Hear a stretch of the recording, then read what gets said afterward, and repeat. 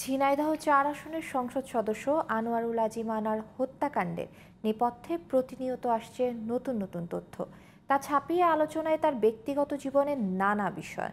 ছিলেন এলাকার জনপ্রিয় ফুটবলার, মানুষের সাথে মিলেমিশে চলা, তাদের বিভিন্ন প্রয়োজনে ছুটে যাওয়ার কারণে জনপ্রতিনিধি হিসেবে ছিলেন অনেকের প্রিয়। অন্যদিকে গণমাধ্যমে উঠে আসছে তার জীবনের নানা অন্ধকার দিকও। আনোয়ারুল আজিম আনারের বিভিন্ন দিক নিয়ে বিস্তারিত জানাচ্ছেন আলী আহমেদ। ১৯৬৮ সালের ৩ জানুয়ারি ঝিনাইদহের কালীগঞ্জ উপজেলার নিশ্চিন্তপুর গ্রামে জন্মগ্রহণ করেন আনোয়ারুল আজিম আনার। ছিলেন তুখোর ফুটবল খেলোয়াড়, এলাকায় ছিলেন বেশ জনপ্রিয়। জাতীয় পার্টি থেকে রাজনীতি শুরু করলেও ১৯৯১ সালে ছিলেন বিএনপির নেতা। ১৯৯৩ সালে কালীগঞ্জ পৌরসভার কমিশনার নির্বাচনের মধ্য দিয়ে ভোটের রাজনীতিতে প্রবেশ করেন আনার। ১৯৯৬ সালে যোগ দেন আওয়ামী লীগে। ২০০৯ সালে হন উপজেলা পরিষদ চেয়ারম্যান।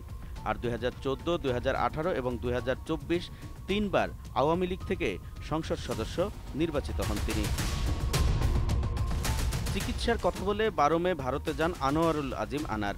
সেখানে বন্ধু আখতারুজ্জামান শাহিনের পরিকল্পনায় হানি ট্র্যাপ বা সুন্দরী নারীর ফাঁদে ফেলে হত্যা করা হয় তাকে হত্যা করার জন্য মূলত তাদের প্ল্যানটা ছিল প্রায় ২-৩ মাস যাবত, যে তারা একদিকে তারা বিদেশের মাটিতে হত্যাকাণ্ড সংঘটিত করবে এবং লাশটাকে এমনভাবে গুম করা হবে যাতে কেউ কোনোদিন খুঁজে না পায়, যার কারণে তারা বিভিন্ন পার্টে ভাগ করে ফেলেছে।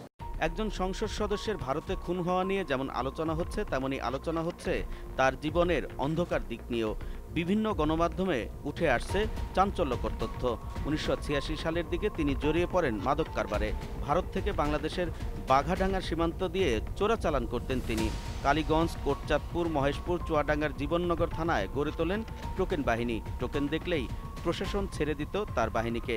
মাদক ব্যবসার মাধ্যমে প্রচুর টাকার মালিক বনে যান তিনি। এরকম নানা অভিযোগ আনোয়ারুল আজিমের বিরুদ্ধে। অভিযোগ রয়েছে ১৯৯১ সালের দিকে ঝিনাইদহের পরিতোষ ঠাকুরের সাথে জড়ান সোনা চোরাচালানে। অস্ত্র চোরা কারবারেও জড়িত হওয়ার কথাও আসছে আলোচনায়। তার বিরুদ্ধে অভিযোগ আছে চরমপন্থীদের নিয়ন্ত্রণেরও।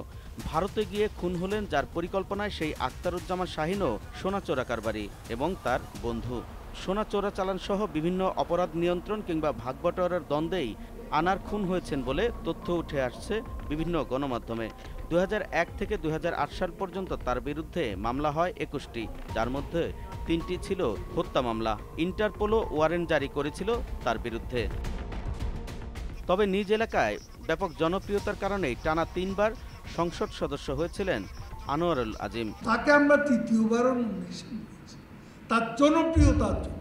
আপনারা এখন বলছেন কলকাতায় তাকে কি চোরা কারবারে কি। এখন ভারতীয় সাংবাদিকরা কোন তথ্য আনলো সেটার উদ্ধৃতি দিচ্ছেন কেন? সে যদি অপরাধী হয় আপনাদের অনুসন্ধানী প্রতিবেদনে কেন এলো না?